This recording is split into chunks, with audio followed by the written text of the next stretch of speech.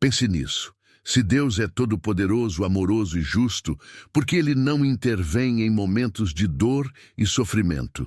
Essa pergunta, tão antiga quanto a própria humanidade, ecoa nos corações de pessoas de todas as culturas, crenças e épocas. Imagine um mundo onde cada lágrima fosse enxugada imediatamente, onde o mal nunca tivesse a chance de prosperar. Mas, ao observarmos a realidade, percebemos que isso não é o que acontece. Hoje, vamos explorar essa questão profundamente, e ao final deste vídeo, você terá uma nova perspectiva sobre um dos maiores mistérios da história. E o mais importante, a última revelação pode transformar completamente a sua visão sobre o tema. Antes de começarmos, inscreva-se no canal Além da Bíblia Cortes, deixe o seu like, comente e compartilhe este vídeo com quem você acredita que precisa refletir sobre essas questões profundas. O conteúdo de hoje trará revelações surpreendentes, baseadas na análise acadêmica histórico-crítica, que podem mudar a forma como você compreende a relação entre Deus, a humanidade e a história. Desde os tempos mais remotos, a humanidade se questiona sobre o papel de Deus nos eventos terrenos. A Bíblia, em suas narrativas, apresenta situações em que a intervenção divina parece evidente e outras em que Deus permanece em silêncio. No relato do livro de Gênesis, capítulo 4, versículos 8 a 10, vemos o episódio de Caim e Abel. Quando Caim mata seu irmão, Deus confronta o assassino, mas não impede o crime. Por que Deus não interveio antes que o sangue de Abel fosse derramado? Essa aparente contradição intrigou filósofos e teólogos por séculos. Estudiosos como Bart Ehrman, um renomado especialista em crítica textual, sugerem que a percepção da intervenção divina na história varia de acordo com as necessidades teológicas e culturais de cada época. O texto bíblico, ao ser analisado sob uma perspectiva histórico-crítica, revela camadas de significados que muitas vezes são obscurecidas por interpretações tradicionais. Imagine o contexto em que essas narrativas foram escritas. Os antigos israelitas viviam em um mundo repleto de incertezas, cercados por nações mais poderosas e constantemente ameaçados por catástrofes naturais. Ao compor suas histórias, eles buscavam dar sentido ao caos, retratando Deus como um agente ativo em algumas situações e aparentemente ausente em outras. Mas será que isso significa que Deus não se importa? O livro de Jó é outro exemplo emblemático dessa tensão. Jó, um homem justo, enfrenta perdas inimagináveis sem nenhuma explicação aparente. No capítulo 38, Deus finalmente responde, mas não oferece justificativas. Em vez disso, questiona Jó sobre sua capacidade de compreender os mistérios do universo. Esse discurso sugere que a ausência de intervenção divina não é necessariamente uma expressão de indiferença, mas talvez um convite para que a humanidade reflita sobre seu papel no cosmos. E você já se perguntou por que Deus não intervém em momentos de crise pessoal ou global? Essa pergunta continua a ressoar hoje, especialmente em eventos como guerras, desastres naturais e pandemias. Será que Deus está nos testando, como alguns acreditam? Ou será que a ideia de intervenção divina é uma construção cultural, como apontam estudiosos críticos? Na análise acadêmica, há quem destaque que a ideia de um Deus intervencionista é fortemente influenciada pelo contexto histórico em que as Escrituras foram compiladas. Durante o exílio babilônico, por exemplo, os profetas hebreus reinterpretaram a história de Israel, sugerindo que o sofrimento era resultado do pecado coletivo e que a redenção só viria por meio do arrependimento. Mas isso não explica completamente a questão do sofrimento individual. Por que uma criança inocente sofre? Por que tragédias acontecem mesmo quando ninguém parece merecê-las? Se você já pensou sobre essas questões, conte-nos nos comentários. Sua opinião é essencial para enriquecer esse diálogo. Estamos apenas começando a explorar as profundezas desse mistério. Imagine-se diante de uma tragédia, talvez um desastre natural ou a perda inesperada de alguém querido. Nesse momento, a pergunta ressurge com força: por que Deus não interveio? A busca por respostas nos leva não apenas à Bíblia, mas também às tradições religiosas e filosóficas que moldaram nossa compreensão sobre Deus e o sofrimento humano. E à medida que avançamos nesta investigação, começamos a perceber que as respostas podem ser muito mais complexas do que imaginávamos. Fique comigo, porque as revelações a seguir podem mudar completamente a sua perspectiva. Antes de prosseguir, se você ainda não se inscreveu no canal Além da Bíblia Cortes, este é o momento. Deixe seu like, compartilhe o vídeo e comente suas impressões. O que você acha sobre a relação entre Deus e o sofrimento? Suas reflexões são fundamentais para esse debate. Voltando à análise crítica, um ponto importante a considerar é como as narrativas bíblicas refletem as experiências humanas diante do silêncio de Deus.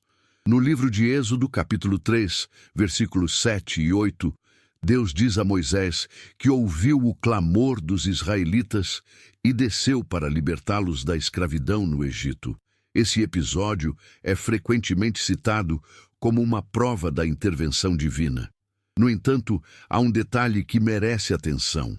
Segundo o texto, os israelitas sofreram por séculos antes de Deus agir. Por que tanto tempo de espera? Estudiosos como John Collins, especialista em literatura bíblica, argumentam que a libertação do Egito é mais uma narrativa teológica do que um registro histórico. Para ele, essa história visa fortalecer a fé em tempos de crise, sugerindo que mesmo quando Deus parece ausente, Ele está preparando um propósito maior. No entanto, essa interpretação nos leva a outra questão. Seria o sofrimento um meio necessário para a manifestação divina? Na tradição cristã, o Novo Testamento apresenta Jesus como aquele que sofreu injustamente, mas cujo sofrimento teve um propósito redentor. No Evangelho de Mateus, capítulo 27, versículos 46, Jesus clama na cruz: meu Deus, por que me abandonaste? Essa expressão de angústia ecoa a experiência humana de sentir-se desamparado. Mas, ao mesmo tempo, aponta para a ideia de que o sofrimento pode ser transformador. Ainda assim, a perspectiva histórico-crítica nos convida a questionar até que ponto essa visão foi moldada por contextos sociopolíticos específicos. Autores como Gerd Ludemann sugerem que os relatos sobre Jesus foram escritos para responder às crises de fé enfrentadas pelas primeiras comunidades cristãs. Nesse sentido, as narrativas não são apenas registros de eventos, mas também ferramentas teológicas para lidar com o sofrimento e justificar a aparente ausência de Deus. Essa abordagem nos leva a repensar a noção de intervenção divina. Talvez a questão não seja porque Deus não interveio, mas como interpretamos os momentos em que Ele parece ausente. Será que a ausência de intervenção é, na verdade, um convite para que a humanidade assuma maior responsabilidade por suas ações? Ou será que a ideia de um Deus intervencionista reflete mais as nossas expectativas do que a realidade divina? Essas perguntas abalam certezas, mas também abrem caminhos para novas perspectivas. Se Deus nos deu livre-arbítrio, como sugere o relato de Gênesis capítulo 2, versículo 16, então talvez a não intervenção seja uma consequência desse presente.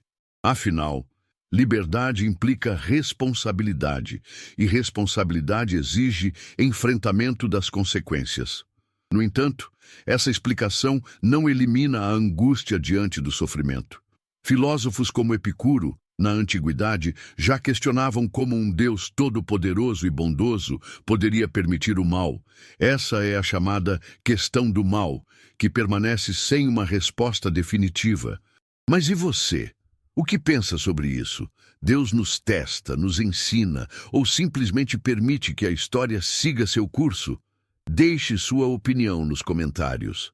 Estamos apenas na metade dessa jornada. O mais intrigante ainda está por vir. Parte 3. Imagine por um momento que o sofrimento não é um erro no plano divino, mas parte essencial dele. Essa ideia pode ser desconfortável, mas também pode abrir portas para uma nova compreensão. Se Deus não intervém diretamente, será porque Ele nos deu ferramentas para enfrentarmos os desafios por conta própria? Ou será que, ao não intervir, Ele está nos ensinando algo mais profundo sobre liberdade, responsabilidade e crescimento? Essas questões nos levam a refletir sobre o papel do ser humano na narrativa sagrada. E o que vamos discutir agora pode desafiar muitas crenças estabelecidas. Se você está gostando do conteúdo até aqui, aproveite para se inscrever no canal Além da Bíblia Cortes, deixar seu like e compartilhar este vídeo com mais pessoas. O debate de hoje está apenas começando e sua participação é fundamental. Comente o que você pensa sobre essas questões e continue conosco, porque a revelação final promete ser impactante. Quando olhamos para o Antigo Testamento, vemos exemplos de intervenção divina, mas também momentos em que Deus parece distante. No livro de Juízes, capítulo 6, versículos 13 e 14, Gideão questiona: se o Senhor está conosco, por que tudo isso nos aconteceu? Essa pergunta ecoa o sentimento de abandono que muitos experimentam em tempos de crise. No entanto, a resposta que Gideão recebe não é uma solução milagrosa, mas um chamado à ação. Deus o envia para libertar Israel, mostrando que muitas vezes a intervenção divina se manifesta por meio das próprias ações humanas. Essa ideia de que Deus age indiretamente, através de pessoas e circunstâncias, é um tema recorrente na Bíblia.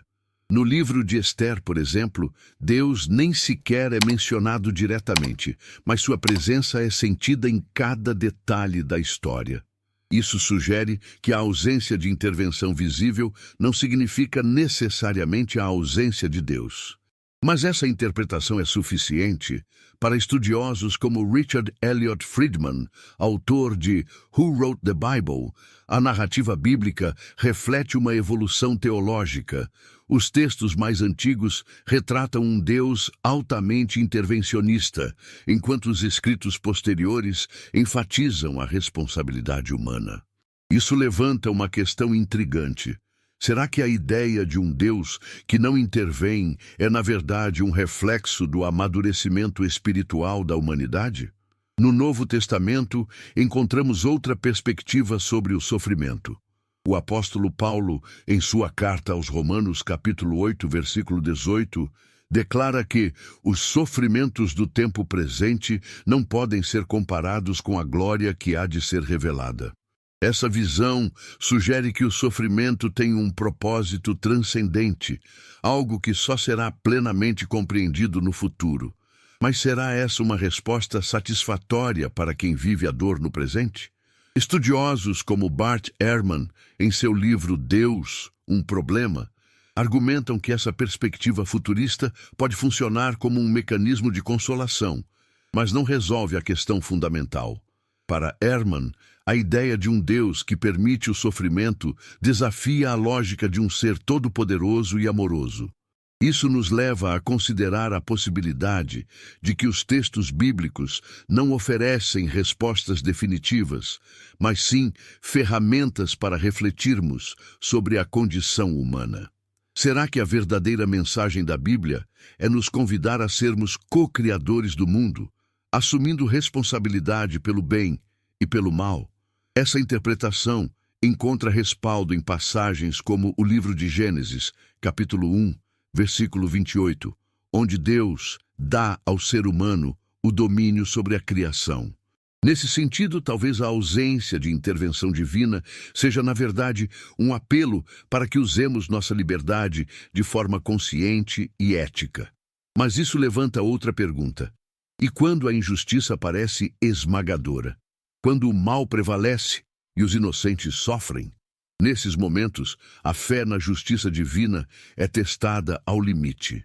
No livro de Abacuque, capítulo 1, versículo 13, o profeta questiona: por que ficas calado enquanto os ímpios devoram os justos? Essa angústia continua atual, especialmente em um mundo marcado por guerras, desigualdade e sofrimento. Se Deus deu ao ser humano a liberdade, será que Ele também deu os meios para restaurar a justiça? Essa é uma questão que desafia tanto os religiosos quanto os céticos. Teólogos como Paul Tillich sugerem que Deus não é uma figura distante, mas uma presença ativa em nossas escolhas e ações. Para Tillich, a fé não é uma crença cega, mas um ato de coragem diante do desconhecido. E você, como interpreta a ausência de intervenção divina? Acha que é um teste, uma lição ou simplesmente uma característica da existência humana? Deixe sua opinião nos comentários.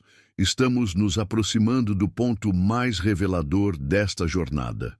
Imagine por um instante que toda a sua compreensão sobre Deus e o sofrimento precise ser reavaliada. E se o verdadeiro propósito da ausência de intervenção divina não for um teste ou punição, mas um convite para algo muito mais profundo? E se o silêncio de Deus for, na verdade, uma oportunidade para que a humanidade descubra sua própria força, responsabilidade e capacidade de transformação? Chegamos agora ao ponto mais importante desta jornada. Se você ainda não se inscreveu no canal Além da Bíblia Cortes, esta é a hora. Deixe seu like, compartilhe este vídeo e comente suas opiniões.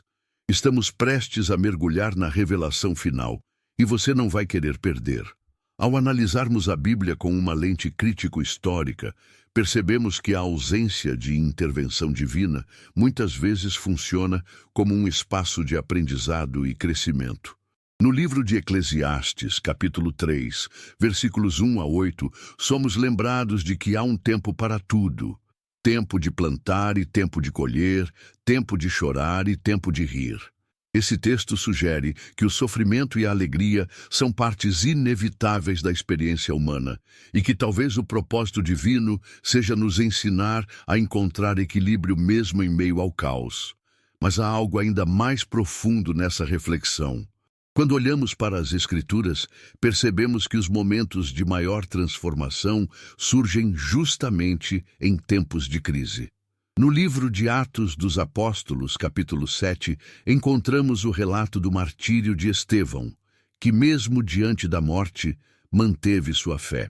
Esse episódio nos desafia a perguntar: será que a ausência de intervenção divina também nos convida a assumir um papel ativo na construção de um mundo melhor? Estudiosos como Rudolf Bultmann sugerem que as Escrituras devem ser interpretadas existencialmente, ou seja, como um chamado para cada indivíduo dar sentido à sua própria vida diante de Deus. Nesse contexto, a ausência de intervenção divina não seria um abandono, mas um convite para agir. Talvez então, Deus não intervenha porque já colocou em nós as ferramentas necessárias para enfrentar os desafios. No Evangelho de João, capítulo 14, versículo 12, Jesus declara: quem crê em mim fará também as obras que eu tenho realizado, fará coisas ainda maiores do que estas. Essa passagem sugere que o poder divino não está distante, mas foi compartilhado com a humanidade. Mas será que isso explica o sofrimento inocente? Será que podemos aceitar que Deus deu ao ser humano liberdade e responsabilidade, mesmo sabendo que isso traria dor? Essa pergunta nos leva a um conceito essencial na teologia crítica: o risco da liberdade. Teólogos como Dietrich Bonhoeffer argumentam que Deus escolheu agir no mundo por meio da humanidade, mesmo sabendo dos riscos envolvidos. Para Bonhoeffer, o silêncio de Deus na cruz de Cristo não foi um fracasso, mas uma demonstração radical de solidariedade com o sofrimento humano.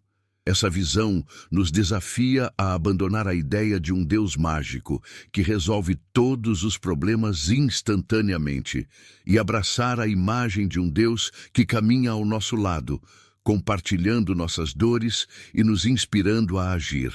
Isso muda tudo. Em vez de esperar por uma intervenção externa, somos chamados a ser os agentes de transformação. E se essa for a verdadeira mensagem das Escrituras? E se o propósito divino for nos despertar para o potencial que temos de criar justiça, compaixão e cura? No livro de Isaías, capítulo 58, versículos 6 e 7, Deus declara que o verdadeiro jejum não é apenas abstinência, mas soltar as correntes da injustiça, libertar os oprimidos e alimentar os famintos. Essa visão coloca a responsabilidade diretamente sobre nós. Talvez Deus não intervenha porque espera que sejamos nós a intervir. Talvez o silêncio de Deus seja um eco da nossa própria hesitação em agir. E você está disposto a aceitar esse chamado? Acredita que o papel de Deus é inspirar a ação humana em vez de substituir nossos esforços? Comente abaixo suas reflexões. Estamos chegando ao fim deste vídeo, mas o diálogo está apenas começando. Se você assistiu até aqui, escreva nos comentários. Eu escolho ser a mudança. Sua opinião é essencial para continuarmos explorando temas como este. Não se esqueça de se inscrever no canal Além da Bíblia Cortes, deixar seu like e compartilhar este conteúdo. E se você quer continuar desvendando os mistérios das Escrituras sob uma perspectiva crítica e profunda, veja os próximos vídeos recomendados na tela. Eles podem mudar ainda mais a sua visão sobre Deus, a fé e o papel da humanidade no mundo.